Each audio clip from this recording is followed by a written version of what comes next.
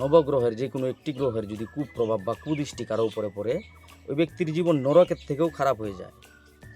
অনেকের অনেক ধরনের সমস্যা হয় গ্রহের কারণে, অর্থ সংকট, পরিবারে অশান্তি, ব্যবসা চলছে না, এরকম অনেক কিছুই হয়। আজকের ভিডিওতে আমি আপনাদেরকে নবগ্রহ মাদুলি কিভাবে তৈরি করবেন তার পদ্ধতি দিতে এসেছি। এই মাদুলি তৈরি করে ধারণ করলে আপনার 9টি গ্রহ শুভ ফল দেবে। তো নমস্কার, আমি ইন্দ্রজিৎ মল্লিক এবং আপনারা দেখছেন তন্ত্র মন্ত্র ও আয়ুর্বেদ সম্পর্কিত ইউটিউব চ্যানেল জয় মা কালী। ফেসবুকের নাম ইন্দ্রজিৎ মল্লিক। এমনই সব ভিডিও পেতে আমাদের চ্যানেলটিকে সাবস্ক্রাইব করুন, পাশে থাকা বেল আইকনে ক্লিক করুন। তো চলুন শুরু করা যাক।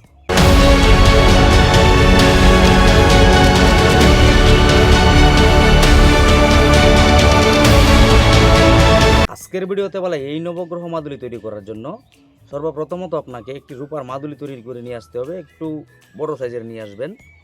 এবার করবেন কি, পুষ্যা নক্ষত্রযুক্ত রবিবার দিন যে গাছগুলোর কথা আমি বলতে যাচ্ছি ছবি দেখিয়ে দিচ্ছি, প্রতিটা গাছের শিকড় আপনি ওই পুষ্যা নক্ষত্রযুক্ত রবিবার দিন সকালবেলা চান্দান ছেড়ে 10টার আগে নিত্যকর্ম শেষ করার পর গাছের গোড়ায় গিয়ে একটি করে গোটা সুপারি দিয়ে গাছ জাগানো মন্ত্র বলে শিকড়টি তুলে নিয়ে আসবেন।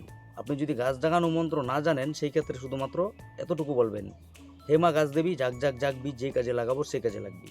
একবার বলে নখ ঠুকে দেবেন, 3বার বলে গাছের গোড়ায় 3বার নখ ঠুকে দিয়ে মাটি কোনো কিছু দিয়ে খুঁড়ে দম ধরে শিকড়টা যখন আপনি ছিঁড়বেন বা কেটে হাতে নিয়ে যখন নিয়ে আসবেন, তখন আপনি দম ধরে ওটা নিয়ে আসবেন পূর্ব দিকে মুখ করে। এবার বাড়িতে এনে 9টা গাছের শিকড়কে আপনি ভালোভাবে গঙ্গা জল দিয়ে ধুয়ে তুলসী তলায় রেখে দিবেন। এবার শনি অথবা মঙ্গলবার দিন সকাল 10টার আগে পূর্ব দিকে মুখ করে বসে চান্দান ছেড়ে ধূপদীপ জেলে এক একটা করে গাছের শিকড় অল্প পরিমাণে কেটে 9টা শিকড়কে কেটে ওই মাদুলিতে ভরে মোম দ্বারা মুখ বন্ধ করে পুরুষের ডান বাহুতে লাল সুতায় অথবা গলায়, নারীর ক্ষেত্রে বা হাতে বা বাহুতে যাই বলেন লাল সুতা দিয়ে ধারণ করবে অথবা গলায়। তো চলুন গাছগুলো দেখে নিন। সূর্যের জন্য আকন্দ গাছ,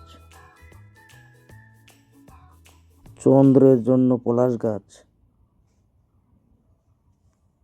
মঙ্গল গ্রহের জন্য খয়ের গাছ, শনি গ্রহের জন্য শমী গাছ, বুধ গ্রহের জন্য আপামার্গ বা এই আপাং গাছ, বৃহস্পতি গ্রহের জন্য অসত্য গাছ, শুক্রের জন্য জগডুমুর, রাহুর চন্দন গাছ, কেতুর জন্য অশ্বগন্ধা গাছ। আজকের ভিডিওটি এইটুকু ছিল। ভিডিওতে বলা তথ্য যদি আপনার ভালো লেগে থাকে লাইক করে যাবেন। এই তথ্য আপনার আশেপাশে জানানোর জন্য তা শেয়ার করতে পারেন। আমার সঙ্গে যোগাযোগ করতে হলে ডিসপ্লেতে দেওয়া নম্বরে হোয়াটসঅ্যাপ করতে পারেন। দেখা হচ্ছে আগামী পর্বে, ততক্ষণ পর্যন্ত ভালো থাকবেন। ধন্যবাদ।